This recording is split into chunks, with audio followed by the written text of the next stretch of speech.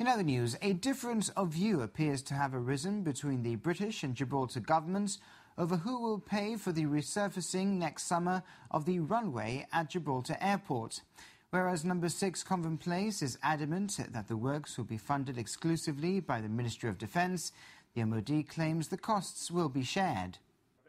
During last week's visit to Gibraltar by Defence Secretary Michael Fallon, both sides announced that the MOD would shortly invite tenders for the resurfacing of the runway, which was last carried out in 1993.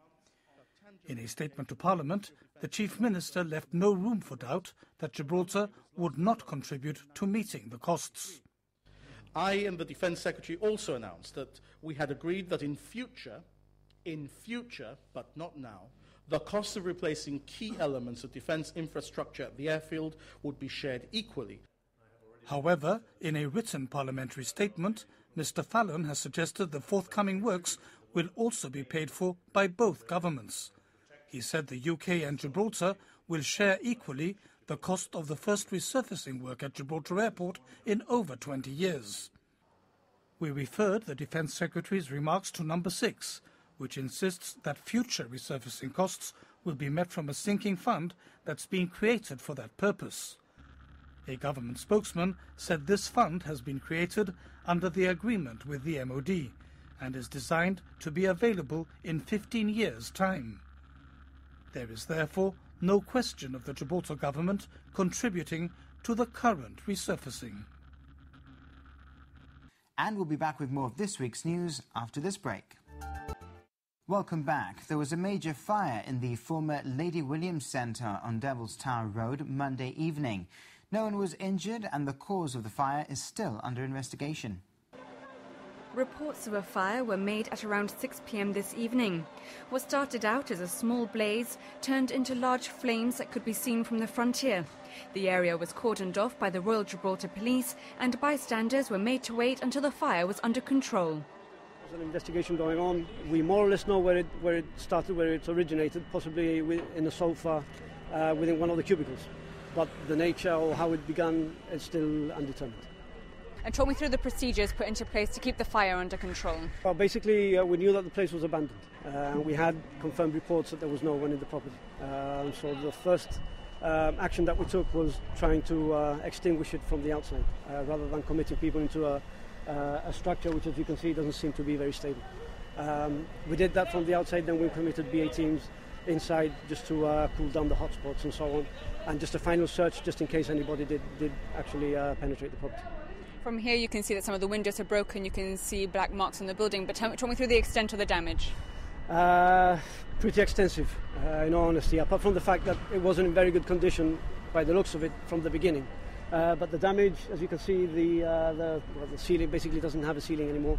It just has the roof, which has a lot of damage to it as well, structural damage and so on. But yeah, the extent is throughout the building. The BA teams ventilated the property, which helps as well, and it helps release the heat, and therefore it reduces the amount of damage from heat that the building's going to have. But the damage is pretty extensive, yes. Onlookers stood by on either side of the building, waiting for the cordon to be cleared. We were on our way to St. Teresa's, but we were stopped by the Cross of Sacrifice, and they wouldn't allow the coach, the bus, to come through. So we've had to walk, and when we got here, I've seen the firemen just hosing water through a window and a lot of smoke coming out. Well, a lot of smoke coming out of there, and all the police and the fire service coming up. There were like loads of black smoke coming out, and we could smell the fumes from down there. And how aggressive was the fire? Could you see it well? It was like quite scary to see that. It's a possibility that squatters were responsible. However, the fire brigade's investigation to establish how the fire was caused is still underway. A local man was this week sentenced to 3 months in prison for having sex with an underage girl. 25-year-old Karim Raj had sexual intercourse with a girl then aged 15 back in May 2011. Defence lawyer Thomas Hillman and Judge Karen Prescott agreed the complainant was not vulnerable, which in turn resulted in a lower sentence. At the Supreme Court this week, Karim Raj's lawyer admitted that his client had been reckless and had expressed remorse. Rudge pleaded guilty to one count of unlawful sex with a girl aged between 13 and 16 years old. 2 Spanish nationals were sentenced to 5 years and 4 months in prison for being involved in a £2 million drug operation. This follows a Gibraltar Defence Police operation where over 500 kilograms of cannabis was seized last month. 20-year-old Constantine Pascaru and 35-year-old Oscar Morales Pinheiro were arrested last month by the Gibraltar Defence Police when over 500 kilograms of cannabis was found on a vessel in British Gibraltar territorial waters. After a struggle at sea just west of Camp Bay, GDP officers were able to board the vessel and arrested 2 men. 19 bales of cannabis were found, and the street value was calculated at over £2.5 million. However, defence lawyer Francis Borracero Porter said his clients were shocked to hear this, as Morales Pinheiro was promised €9,000 and Pascaru €7,000 for their involvement in the operation. Mr. Borracero Porter told the court that the 2 men had been employed by a drug dealer to collect the cannabis from Ceuta and deliver it to Algeciras, but rough seas meant their vessel strayed into the Bay of Gibraltar. He described Morales Pinheiro and Pascaru as remorseful and said his clients acted out of desperation, pressured by their dire financial situations. Puny Judge Karen Prescott pointed out that the 2 men had been entrusted with the difficult task of delivering the drugs, and therefore their participation in the operation was significant. She took their early guilty pleas into consideration and sentenced them to 5 years and 4 months in prison for importing a prohibited import. An application for planning permission has been made to the Development and Planning Commission for the redevelopment of police barracks on Castle Road. The proposed project includes 40 flats, a cafeteria and an open public space. Despite the historical significance of the old police barracks site, the buildings have been abandoned for years. However, with the site put out to tender in February of this year, Deco Construction Limited is proposing a residential development for the barracks.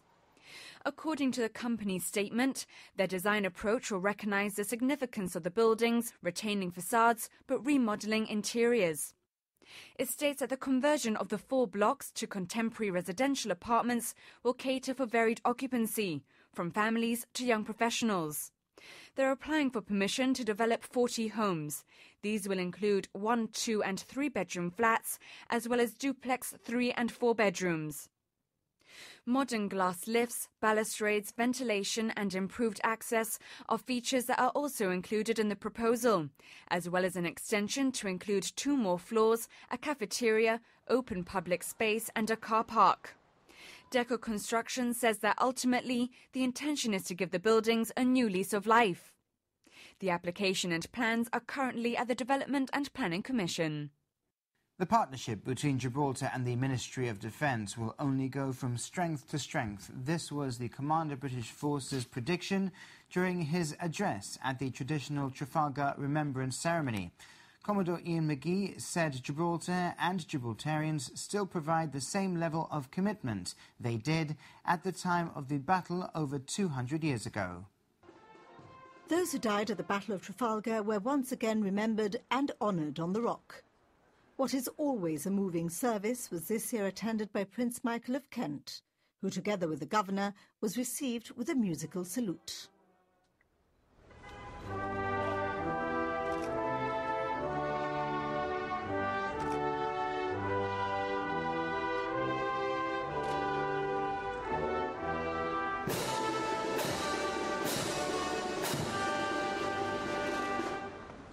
Sir James Dutton read the dispatch from Admiral Collingwood to the Governor of Gibraltar.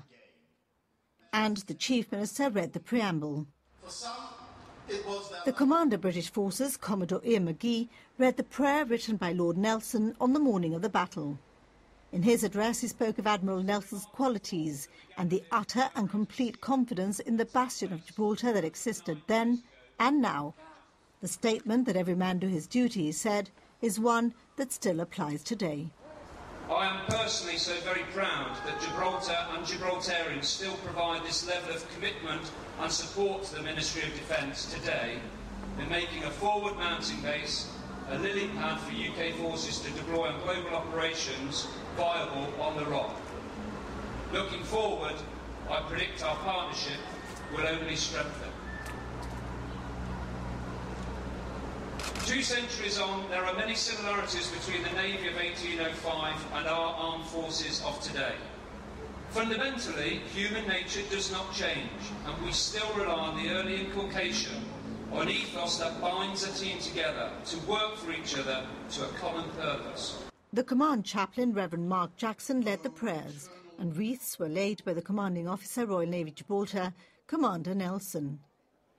The Chief Minister left the Rock shortly after yesterday's ceremony to attend the Gibraltar Day in London celebrations. The Gibraltar Day in London is always held to coincide with Trafalgar Day, the first, in October 2000, taking place against the backdrop of the John Singleton Copley painting of the Great Siege, the defeat of the floating batteries at Gibraltar.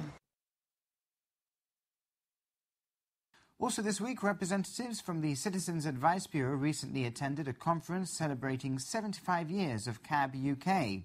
And the full lineup of more than 50 international authors who will be speaking at this year's Literary Festival was announced. That's all from News Review this evening. You can find out the rest of this week's news over at our website, gbc.gi/news. You can check us out on Facebook and Twitter as well. Thank you very much for watching. From the team, good night.